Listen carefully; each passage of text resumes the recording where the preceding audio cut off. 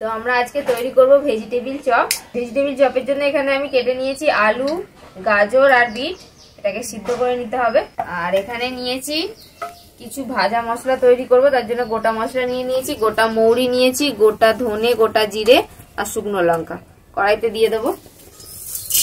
তো বন্ধুরা, আজকে আমাদের চপটা তৈরি হচ্ছে একদম দোকানের স্টাইলে, দোকানের মতন হবে। চপের দোকানে যাদের ফেভারিট চপের দোকান আছে কিভাবে করে সেই ধরনের করবো আমরা। মশলাটা ভাজা হয়ে গেছে, মশলা থেকে গন্ধও বেরোচ্ছে।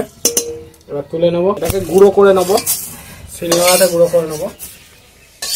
প্রেসার কুকারে আমি সেদ্ধ করে নেবো এটা, সেই জন্য 2 গ্লাস জল দিয়ে দিলাম। এবার সব বিট, গাজর, আলু সব একসাথে দিয়ে দেবো। প্রেসার কুকারে এটাকে সিদ্ধ করে নেবো।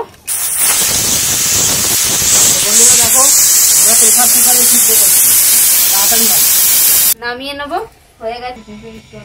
দেখো এখানে গাজর, বিট সব সিদ্ধ হয়ে গেছে। এবার ভেজিটেবিলের পুরটা তৈরি করব। ভিতরের মশলাটা কড়াইতে দিয়ে দিলাম তেল।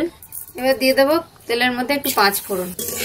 ফোড়নটা একটু ভাজা করে নেব। দিয়ে দেবো আদা কাঁচা লঙ্কার বাটা।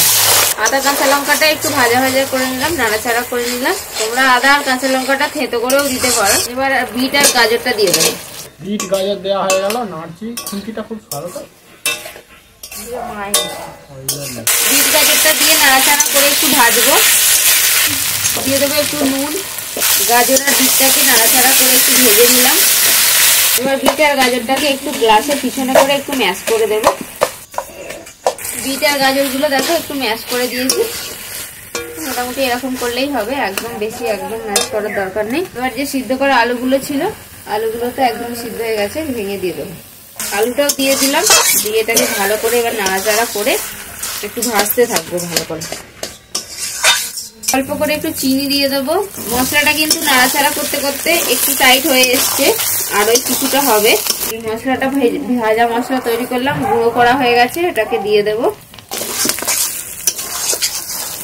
তো বিট গাজরটাকে আমি বেশ ভালো কিছুক্ষণ ধরে কষছি এটাকে, তবে কিন্তু এটা শক্ত শক্ত হবে। দেখো কতটা শক্ত শক্ত হয়েছে। এবার আমি 1 মুঠো ধনে পাতার কুঁচো দিয়ে দেবো, আর একটু ভাজা মশলার গুঁড়ো দিয়ে দিলাম। সবকিছু নাড়াচাড়া করে মিশিয়ে দেবো। দেখো মশলাটা আমাদের তৈরি হয়ে গেছে, এই যে কড়া থেকে ছেড়ে ছেড়ে আসছে। এবার কিন্তু নামিয়ে নেবো। আমাদের ভেজিটেবিলের পুর তৈরি হয়ে গেছে, মানে নামানো হচ্ছে। বাটির মধ্যে আমি 2-3 চামচ ময়দা নিয়ে নিলাম। যতটা ময়দা নিলাম ততটাই কর্নফ্লোর নিয়ে নিলাম। এবার নুন দিয়ে দেবো, জল দেব।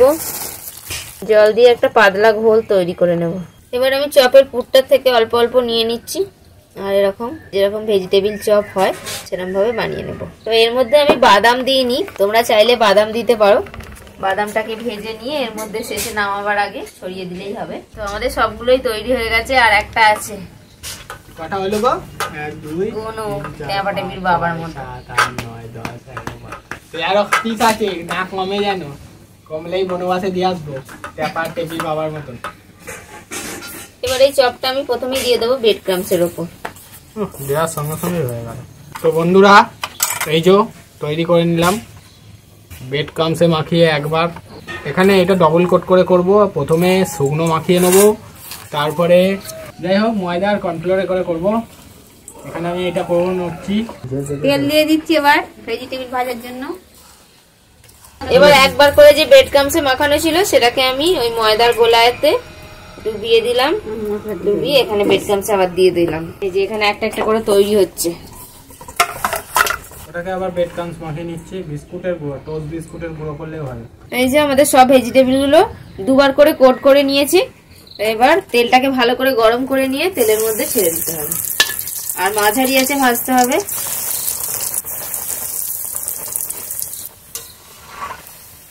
ভাজা হয়ে গেল, আবার এগুলো দিয়ে দেবো। দেখো বন্ধুরা, আমাদের কি সুন্দর ভেজিটেবিল তৈরি হয়ে গেছে, পুরো একদম চপের দোকানের মতো। পর পর ছাড়া হচ্ছে আর পর পর বড় বড় ভাজা হয়ে যাচ্ছে। এই যে একদম মচমচে হয়েছে, আওয়াজটাও ভালো। দেখো ভেজিটেবিল ভাজা হয়ে গেল। এই যে হয়ে গেল, আমাদের এতগুলো হয়েছে। তো বন্ধুরা দেখো, আমাদের কি সুন্দর ভেজিটেবিল তৈরি হয়ে গেছে। দেখো বন্ধুরা কি সুন্দর তৈরি হয়েছে, দেখো। উফ, দেখতেও যা।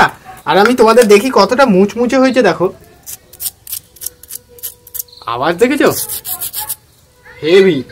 একটা ভেঙে দেখাই, দেখো বন্ধুরা, পুরো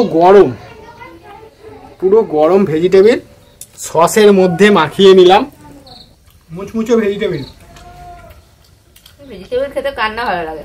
শীতকালে ভেজিটেবিল খেতেই ভালো লাগে, খুব মুচমুচে। ভেজিটেবিল খেতে এমনি সবার ভীষণ ভালো লাগে। আর তোমরা যদি এভাবে বানাও একদম দোকানের মতো হবে। তো এভাবে বানাও ভেজিটেবিল। আর কেমন লাগলো আজকের রেসিপি কমেন্ট করে অবশ্যই জানাবে। আজকে ভিডিও ভালো লাগলে লাইক করে দাও। তো আজকের মতো এখানে শেষ করছি, দেখা হবে পরের ভিডিওয়ে। টাটা।